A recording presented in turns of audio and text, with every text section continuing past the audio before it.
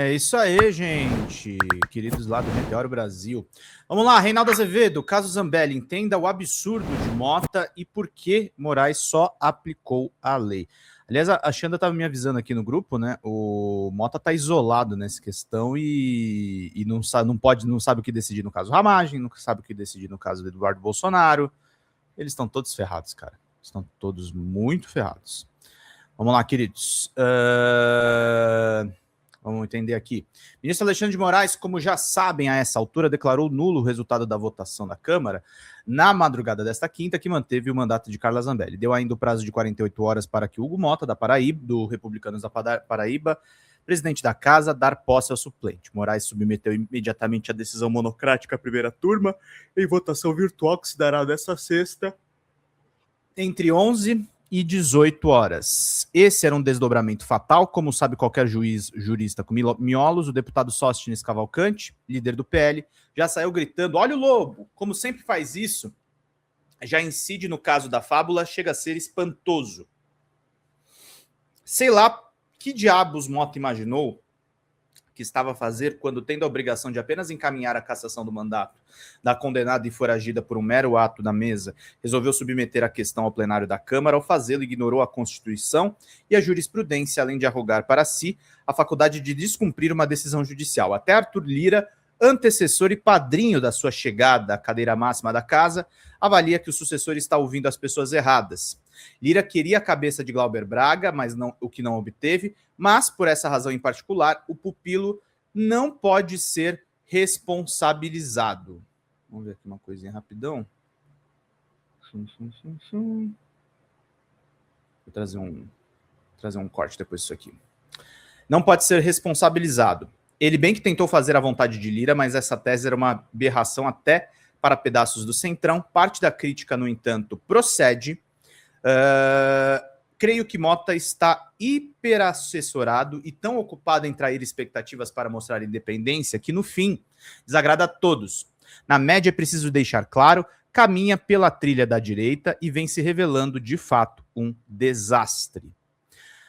A questão legal: cumpre lembrar mais uma vez as disposições constitucionais nas quais Mota se enrolou, encontrando a saída estupidamente errada. O artigo 55 da Constituição estabelece 6 condições para a cassação do mandato de deputado e senador, a saber: artigo 55, perderá o mandato de deputado ou senador que infringir qualquer uma das proibições estabelecidas no artigo anterior, conjunto de vedações do exposto artigo 54, cujo procedimento for declarado incompatível com decoro parlamentar, que deixar de comparecer em cada sessão legislativa a terça parte das sessões ordinárias da Casa, que pertencer, salvo licença ou missão por esta autorizada, que perder ou tiver suspensos os direitos políticos, quando decretar a Justiça Eleitoral nos casos previstos nessa Constituição, que sofrer a condenação criminal sem sentença transitada em julgado. Agora, você precisa prestar atenção nos 2 parágrafos desse artigo 55. Nos casos dos incisos 1, 2 e 6, a perda do mandato será decidida pela Câmara dos Deputados ou pelo Senado Federal, por maioria absoluta, mediante a provocação da respectiva mesa ou do partido político representado no Congresso Nacional, assegurada ampla defesa.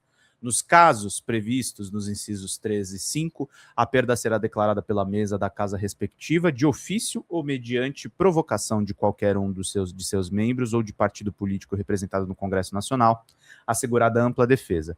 Notem que, com efeito, o parágrafo 2º define que, em caso de condenação criminal em sentença transitada em julgado, há de se fazer uma votação no plenário. Então, Mota acertou? Não. Ele deveria ter aplicado o parágrafo 2º, o que transfere a responsabilidade para a mesa, que apenas declara a perda. Antes que continue, preciso lembrar outra disposição constitucional, o artigo 15, inciso 3º. Artigo 15. É vedada a cassação dos direitos políticos, cuja perda ou suspensão só se dará em casos de condenação criminal transitada em julgado enquanto durarem seus efeitos.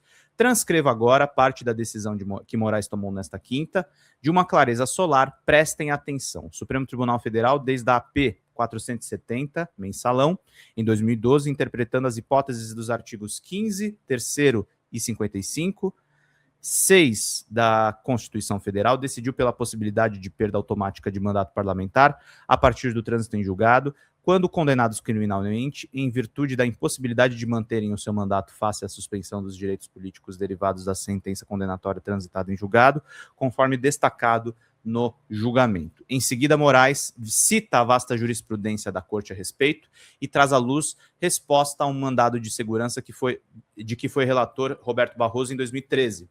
A Constituição prevê, como regra geral, que cabe a cada uma das casas do Congresso Nacional, respectivamente, a decisão sobre a perda do mandato do deputado ou do senador que sofrer a condenação criminal transitada em julgado. Essa regra geral, no entanto, não se aplica em caso de condenação em regime inicial fechado, que deva perdurar tempo superior ao prazo remanescente do mandato parlamentar. Em tal situação, a perda do mandato se dá automaticamente por força da impossibilidade jurídica e fática de seu exercício. A assessoria jurídica da Câmara induziu Mota a erro, ou ele decidiu aproveitar o climão anti-STF que anda a ser alimentado por aí para peitar o tribunal na esperança de que nada fosse acontecer? Ou avaliou que conseguiria mostrar a sua independência, entre aspas, que independência não era e sim afronta à Constituição e à jurisprudência, apostando, no entanto, que haveria cassação? Não dá para saber.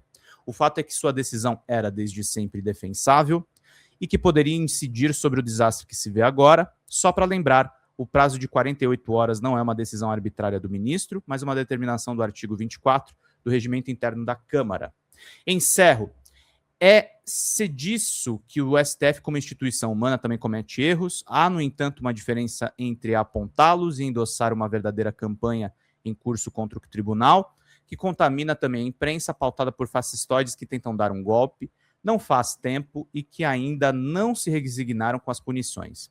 Em momentos assim, os inimigos da democracia decidem tirar uma casquinha com pregações em nome da liberdade. Já escrevi e reitero a quem acredite que a tarefa principal desses dias é impor limites ao Supremo. Todos devemos tê-los, e também o tribunal. Estou entre os que entendem que a tarefa principal é enfrentar o golpismo. Sem esse mal, a Câmara não teria produzido mais essa aberração, o que convocou a Corte a, mais uma vez, recorrer à Constituição, às leis e à jurisprudência para pôr as coisas no seu devido lugar. A propósito, sem o tribunal, onde estaríamos agora? Então ele pode tudo? Pode sim o que está na lei, meus caros e minhas caras.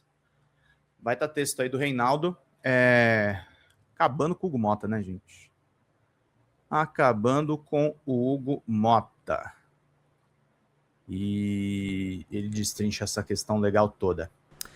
Fala, galera da Folha TV, não se esquece de se inscrever aqui no nosso canal para assistir programas como Folha Notícias Manhã, Folha Notícias Noite, o nosso Folha Entrevista e o nosso Barzinho das Meninas. Muitas coisas bacanas a gente acompanha por aqui e a gente precisa muito, muito do apoio de vocês para nosso trabalho jornalístico, investigativo, de curadoria de conteúdo, com vocês ajudando no nosso Pix, folhademocrata@gmail.com, ou mandando superchats, valeu demais, e os recursos financeiros, tornando-se membro do nosso canal, no nosso curso de jornalismo básico, para você ficar muito bem informado a respeito de tudo. Queridos e queridas, muito obrigado pela presença de todos vocês. Vida longa e próspera. Cuidem-se, cuidem dos seus, e não esquece de se inscrever aqui na Folha TV. Até mais!